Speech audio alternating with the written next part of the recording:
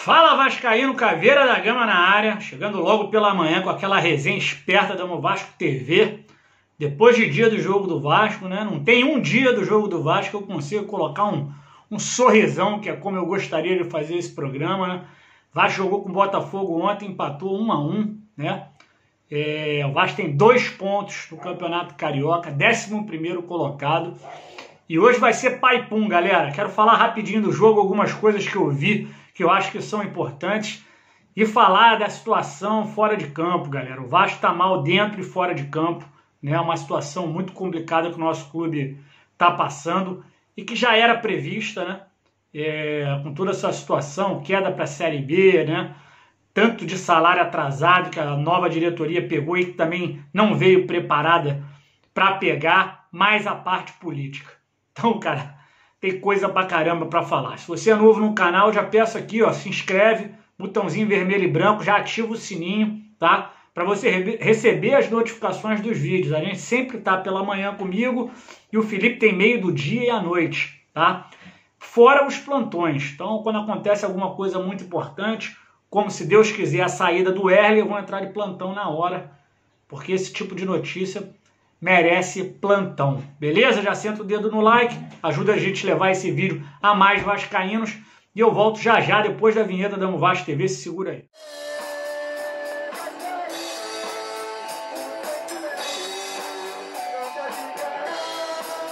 Então vamos começar falando do jogo, né?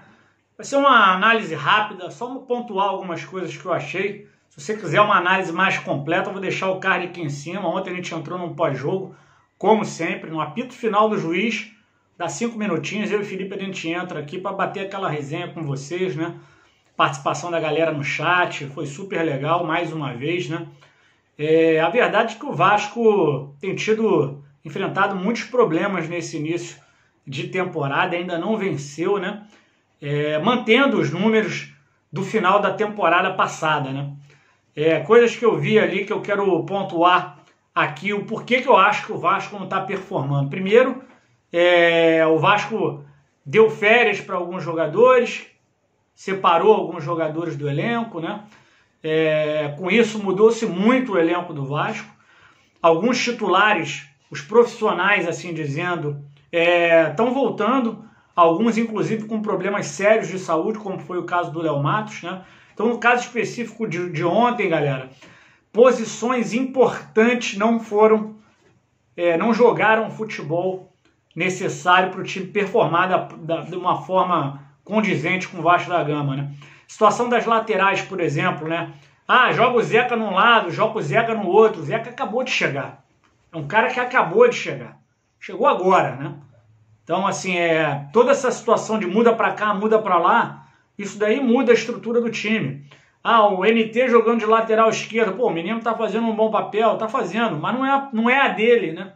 Não é a dele. A gente quer ver o MT mais à frente, ou sentado no banco, esperando a posição dele abrir uma vaga, né? Então essa situação toda tá deixando o time muito desbalanceado. No segundo tempo ele colocou o Léo Matos e jogou o Zeca para lateral esquerda. O Léo Matos está vindo de Covid, galera.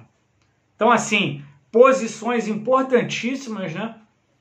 Que o Vasco ainda não teve uma sequência de jogos jogando com a mesma estrutura defensiva, os mesmos jogadores, né? Ontem, ouvindo o Marcelo Cabo falar, me deu a impressão que ele conta realmente com o Leandro Castan como titular, cara.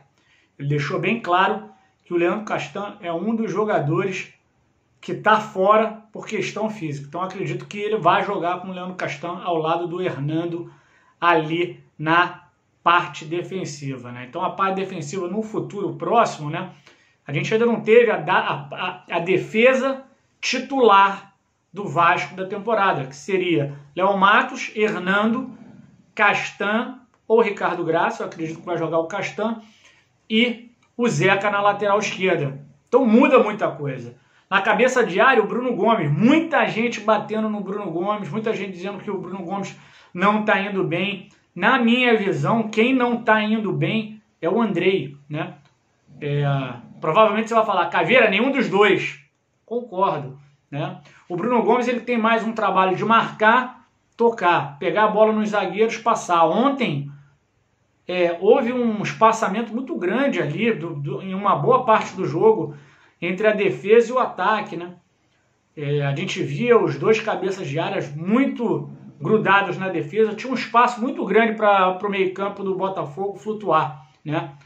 E eu acho que o Vasco precisa, é urgente, contratar um segundo volante e um primeiro volante. Pode ter só um, gente. Esse elenco do Vasco está muito enxuto. O Vasco dispensou um monte de gente e ainda não contratou. Mas por quê? Primeiro porque é difícil dar o tiro certo. O Vasco tem uma responsabilidade muito grande na hora de contratar. O Vasco não pode errar. O Vasco não pode errar. Ele tem que contratar certo. Tem a dificuldade da falta da grana. O Vasco não tem dinheiro para oferecer e mais, está fazendo um oferecimento de um contrato por produção. Então, é um caso muito específico. Você tem que acertar o cara, não é simples, entendeu?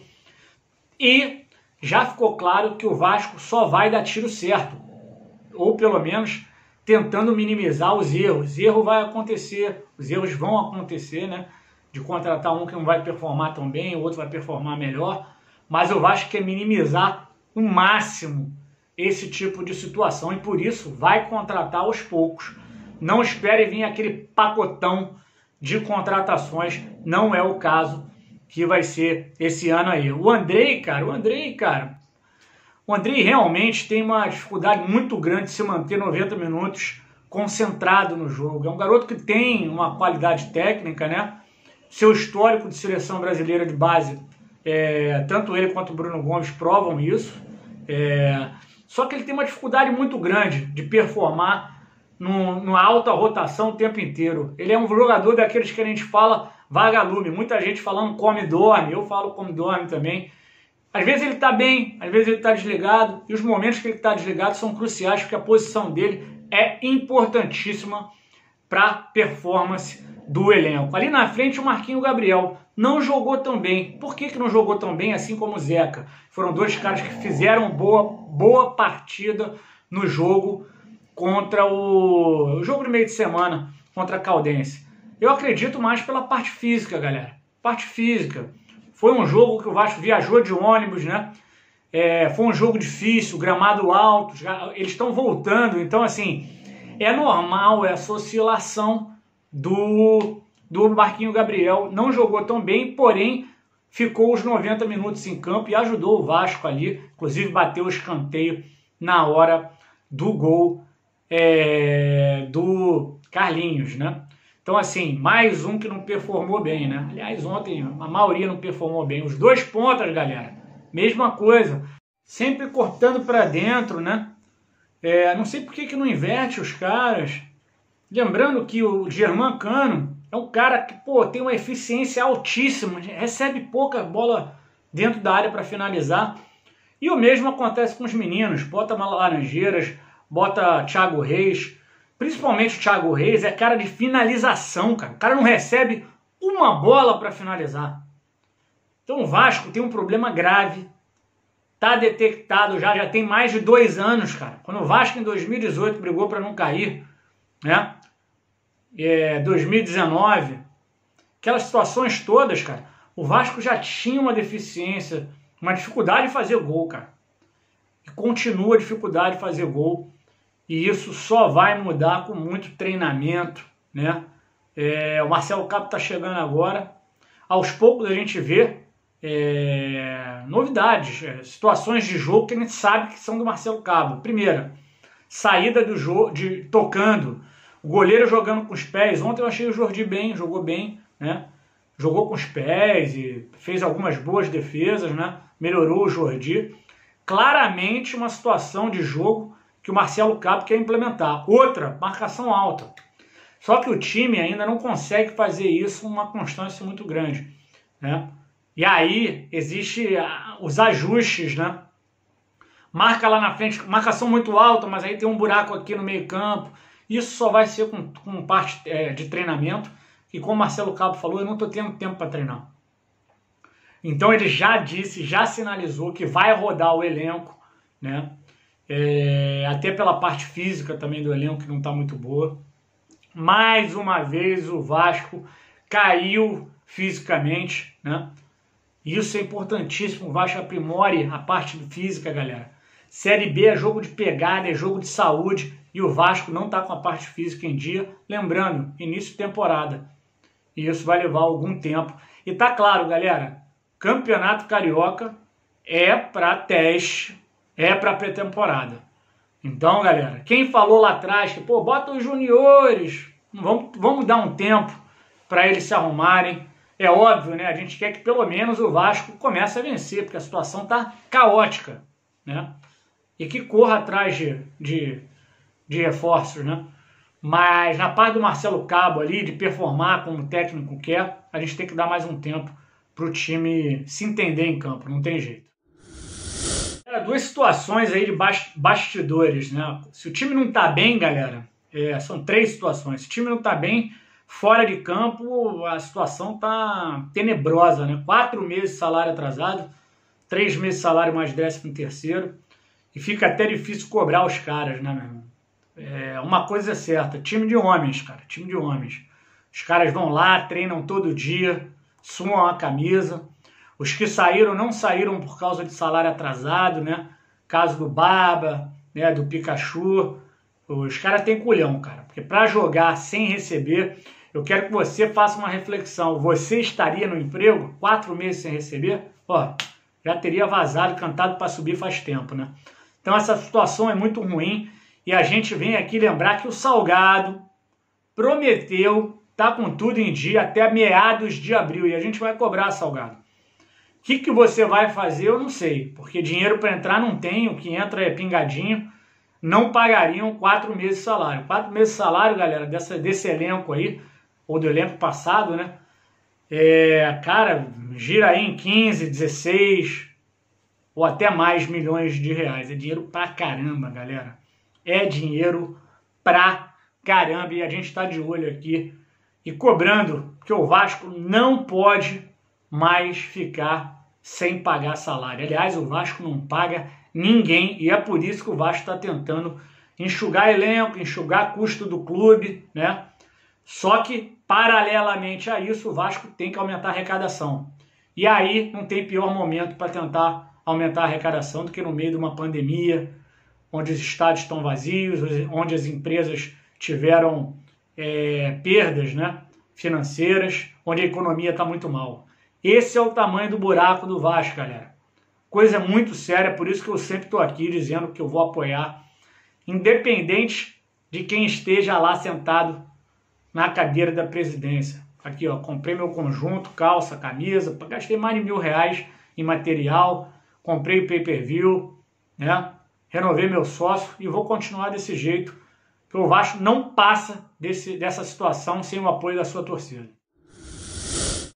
E aí mais bastidores, né? Quinta-feira agora tem o julgamento do STJD, a gente vai ficar de olho, a gente está buscando informação justamente para tentar sentir, se a gente consegue sentir alguma coisa desse julgamento, né? A gente espera que se faça justiça, né? Muita gente diz que não tem jeito, que não vai ser, mas a gente sempre tem uma esperança lá no fundinho, né? De que se faça justiça dessa situação tenebrosa, né, galera? Foi uma sacanagem muito grande que fizeram com o Vasco, mais uma vez, né? Em 2015 já tinha sido assim, o Vasco tem seus problemas, são muitos, não são poucos, o Vasco fez de tudo para cair, mas lembrando, galera, que o Vasco caiu por saldo de gols, né? Então, assim, fora todos os erros de arbitragem, do VAR, que houveram, inclusive, com confrontos diretos, essa situação contra o Inter foi uma sacanagem, né, cara? Tem gente aí até dizendo que configura manipulação de resultado, né?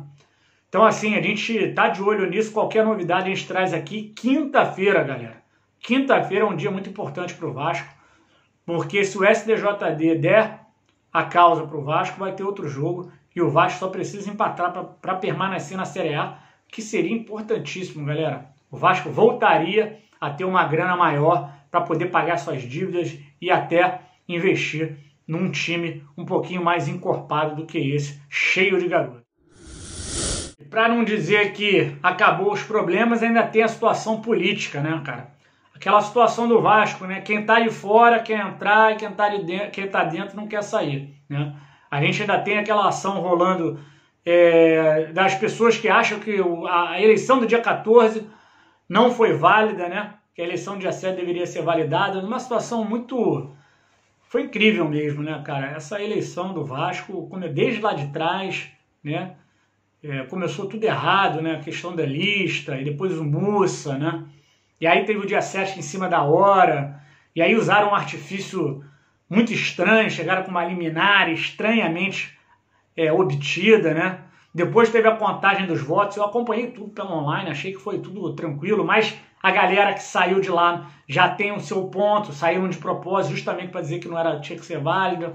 Não estou aqui entrando no mérito de se devia ser validado ou não, tá, galera?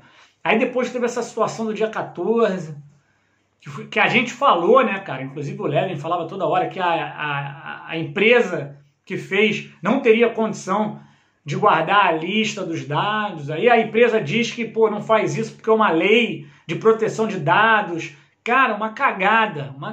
O Vasco não consegue organizar uma eleição, nem a eleição do meu prédio, né? Aquelas eleições para síndico, que sai porrada e tudo, são do nível da eleição do Vasco. A eleição do Vasco é um nojo. Não tem nenhum limpo ali, galera. E corre aí nos corredores de São Januário que a situação vai ser julgada aí no início de abril e que pode ter uma decisão de uma terceira eleição, né, com o Ministério Público ali tomando conta da eleição. Cara, a que ponto o Vasco chegou, né, cara? Chegou não, né? Já tá há muito tempo, né? O Vasco já não tem uma eleição limpa, já faz muito, mas muito tempo, né? E a eleição do Vasco sempre foi assim, galera. Então a gente tá de olho aí, já ativa o sininho, que qualquer novidade a gente entra com um plantão sobre essa situação. É uma situação que não é a ideal. Que tivesse sentado lá atrás, tivesse feito uma terceira eleição lá atrás, né? Mas ninguém senta. O Vasco, para essas pessoas, não está em primeiro lugar. Essa é a minha impressão. Minha impressão é que os caras se colocam em primeiro lugar e o Vasco em segundo lugar. Porque eu não me imagino saindo na porrada e fazendo tudo isso para ter o poder, entendeu?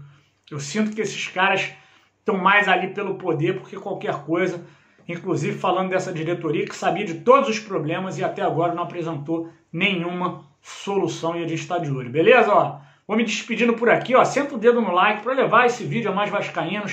Se você não se inscreveu, já se inscreve, tá? E a gente volta no meio do dia com o Felipe e à noite com mais resenha da Vasco para você ficar bem informado, beleza? Saudações vascaínas. Me despeço por aqui. Abraço.